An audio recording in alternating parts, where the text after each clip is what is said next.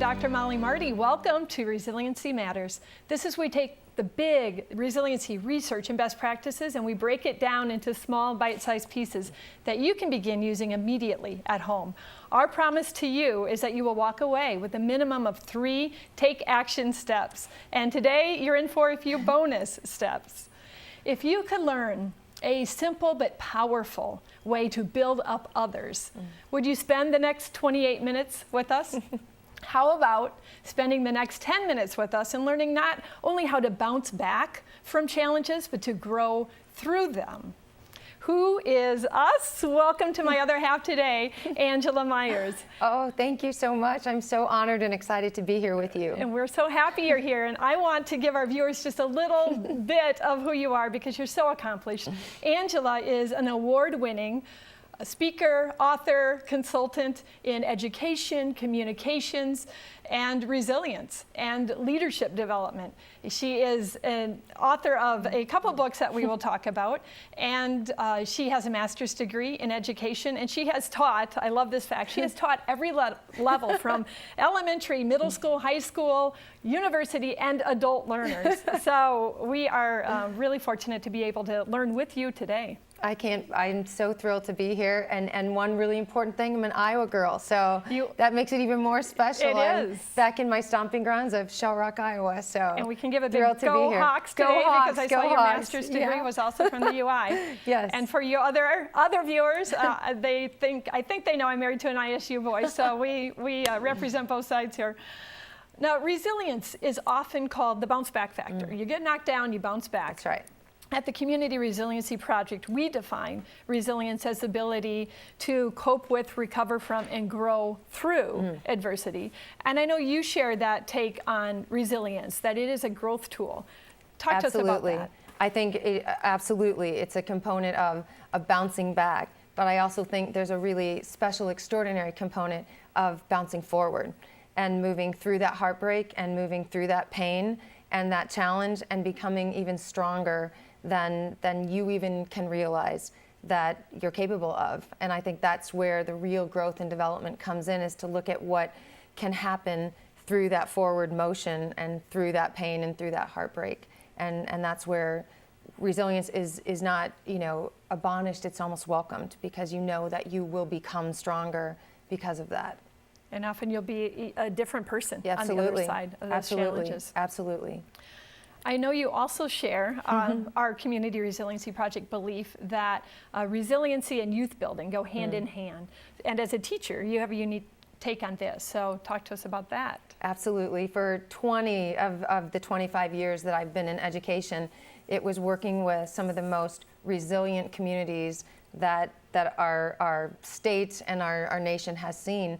Communities that have gone through poverty, that have gone through crime, that have gone through unbelievable circumstances and come out and through that as amazingly strong examples of what leadership can be.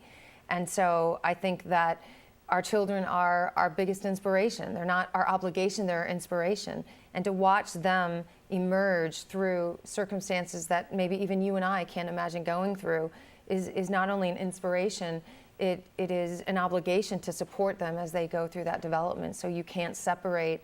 That's what our work is about, is making others greater than ourselves, and who better to make greater than our children. And you walk this out in your You Mattering movement, or You Matter movement and Choose to Matter organization. Yeah. What is Choose to Matter? So You Matter at the core is one of the core messages and understanding and tenets of resiliency, that as I worked with what many would seem needy families and needy communities, I discovered that not a single human being is empowered by being seen as needy, that every human being, no matter what their circumstances, wants to know that they're needed. And that's the way that you empower, is when you let any individual across any age or demographic understand that their presence, just simply who they are, is needed by another person, and more importantly, needed by the world. That's where the growth begins. That's where it starts. And then moving them through that it is your choice at this moment to cave, or it's your choice to move forward, to bounce forward. And I'll help you through that, and I'll work with you through that, and I'll support you through that. But You have a choice right now. The world needs you, I need you, your family needs you. There's only one direction, and that's forward. So you matter, it evolved into choose to matter as we worked on both those component parts of the movement. And I know you're familiar with some of the research, and I think our viewers might be surprised, some of them, to know that there is a social psychological research body behind this issue of mattering, this topic of mattering. And so we want to learn together a little bit today and introduce you to that. There's really 3 components to mattering. The first one is awareness. Others attend to you. The second is importance. Others invest themselves in you. And the third is reliance. Others look to you for resources. This is Dr. Gregory Elliott's work from Brown University. So those are the components you're looking at when you're helping someone feel that they matter, that they feel that they make a difference in this world. Angela, I know your work well enough from your TEDx talks to your other speaking that I've seen you lay down a challenge. And Absolutely. we are talking to a lot of parents, teachers, and youth builders today. So I want to do something I've never done before, and that is I want to hand this over to you for you to speak directly to our viewers. Absolutely. And tell them why it matters that they're letting these kids know that they matter and that we need them. Absolutely. When you hear those 2 words, you matter, they don't just make you feel better. They don't just make you inspired. They resonate deep inside of you. It moves any room to an emotion that is really untapped, because the science behind mattering stems from biology and neurology and every other ology that there is out there, that as deep of a need to have safety and food and water is our need to matter, is our need to understand that someone notices our presence, that somebody recognizes our value, and at the deepest level is understanding that we have a place and a role in this world and in other people's lives. These aren't just niceties. These aren't just things that we sprinkle onto kids or onto people to make them feel excited. These are necessities. And when we see mattering with the same urgency and necessity as giving our children food and water and shelter, we start looking at this whole process of bouncing forward a lot differently. And you do a couple things. We've been showing your You Matter Manifesto, which I love.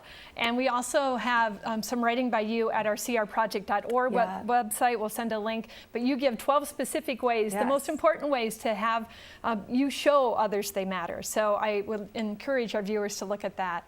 So that's tool number 1, show others they matter by paying attention to them, investing in them, and asking for their unique contribution. What is the resiliency quotient? How can you grow it, and why does it matter? When we come back.